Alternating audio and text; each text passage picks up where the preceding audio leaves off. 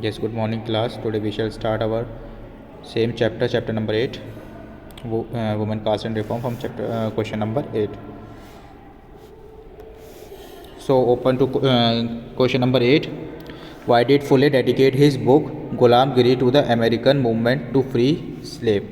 So the answer is Jyotirao Phule was concerned with all forms of inequalities and injustice existing in the society. So जो ज्योतिराव फुले था, he was concerned with all the forms of inequalities and injustice that was existing in the society, whether it was the plight of the upper caste woman, the miseries of the laborer, or the humiliation of the low caste.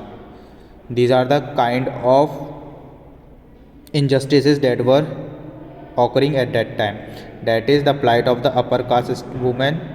जो upper caste women होती थी उनको ज़्यादा benefits मिलते थे. The miseries of the labourer, जो labour community होती थी उनको बहुत ही ज़्यादा तंग करा जाता था, उनको बहुत ज़्यादा पुअर रखा जाता था.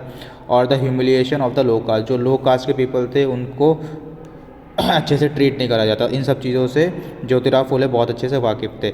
Bye dedicating his book Gulamgiri to the American movement to free slave, he linked the condition of the black slaves in America with those of the lower caste in India. So उन्होंने ये जो book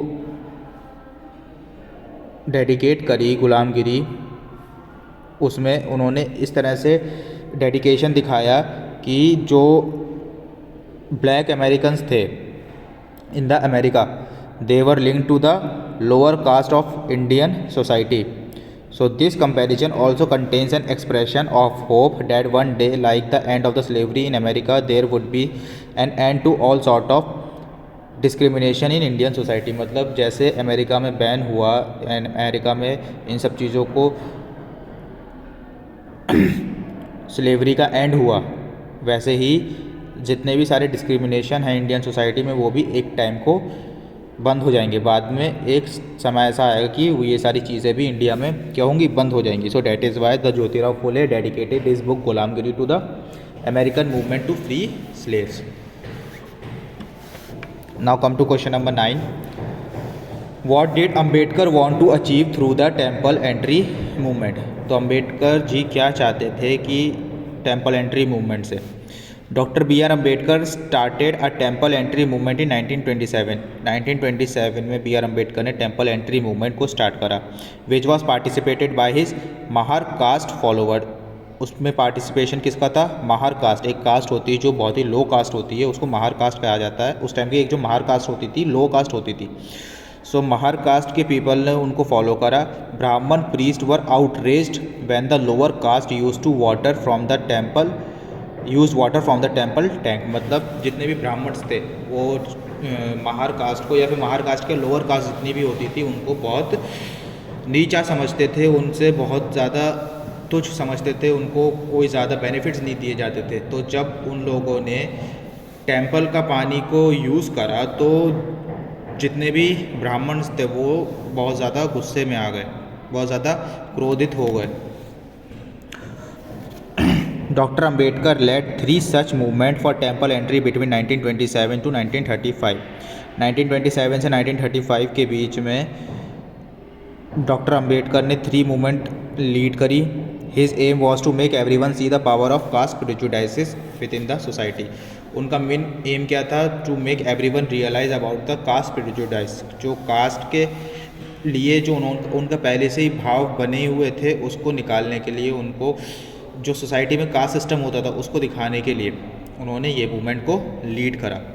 this was about question number 9. Then come to question number 10. This is a lengthy question. You can write in with your own words. So before that just see how these question are related. Why were Jyotirao Phule and Ramaswamy Naicker critical of the national movement? Did their criticism help the national struggle in any way? तो इसमें ये पूछा गया ज्योतिराव फुले और Ramaswamy Naikar critical कैसे थे national movement के लिए, और जो उन्होंने क्रिटिसिज्म करा था उसके नेशनल स्ट्रगल को किसी तरह इफेक्ट करा था. So the answer is both Jyotirao Phule and Ramaswamy Naicker were critical of the national movement as they could barely see any difference between the preachers of the anti-colonialism and the colonial master. Both, according to them, were outsiders and had power for subjugating and oppressing the indigenous people. उनके पास ऐसी power थी कि वो subjugate करें, उनको handle करें और oppress करें, जो इंडियन पीपल थे उनको ऑप्रेस करें. Fully believed that through the upper caste leader were then asking people all over the country to unite for fighting the British के अगेंस्ट उन्होंने जितने भी अपर कास्ट थे उन सबको और लोअर कास्ट सबको उनको एक यूनाइट करना था. Once the britisher had left they would continue with their oppressive caste policies. उन्होंने कहा भले ही तुम अभी के लिए सब लोग एक हो जाओ, बाद में जब ब्रिटिशर्स चले जाएं तो अपनी कास्ट पॉलिसीज जो भी चलती हैं तुम्हारी उसको कंटिन्यू रख सकते हैं. Thereby causing division among the very people they were trying to unite. तो उन्होंने एक तरह से डिवीजन कर दिया कि इसके बीच में जितने भी पीपल यूनाइट कर रहे थे उनको यूनाइट करने की जगह उनके बीच में डिवीजन ला के खड़ा कर दिया. He believed that they only wished for unity to serve their purposes, and once the purpose had been served, the divisions would creep in again. He believed that they only wished for the unity to serve purposes. तो उन्होंने ऐसा सोचा कि वो unite क्यों करना चाह रहे हैं, खाली अपने मतलब के लिए यूनाइट करना चाह रहे हैं, किसी एक पर्टिकुलर पर्पस को कामयाब बनाने के लिए वो यूनाइट करना चाह रहे हैं. And once the purpose has been served, वो पर्पस फुलफिल हो गया, उसके बाद फिर से वही प्रॉब्लम में इंडिया आ सकती है, that is caste system. So the Naicker experience in the Congress showed him that the national movement was not free from the taint of casteism. तो जो नेशनल मूवमेंट है वो कास्टिज्म से फ्री नहीं है, कास्टिज्म नेशनल मूवमेंट के अंदर भी है. At a feast organized by nationalists, the seating arrangement followed by caste distinction, that is, the lower caste were made to sit at the distance from the upper caste. This convinced him that the lower caste had to fight their battle themselves.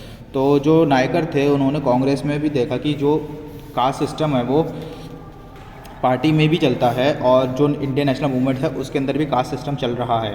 कैसे?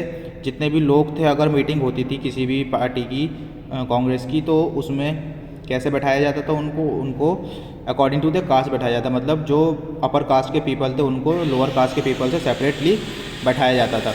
तो इससे उन्हें पता लग गया कि उनको अपने आप ही खुद की लोअर कास्ट को खुद की लड़ाई खुद ही लड़नी पड़ेगी.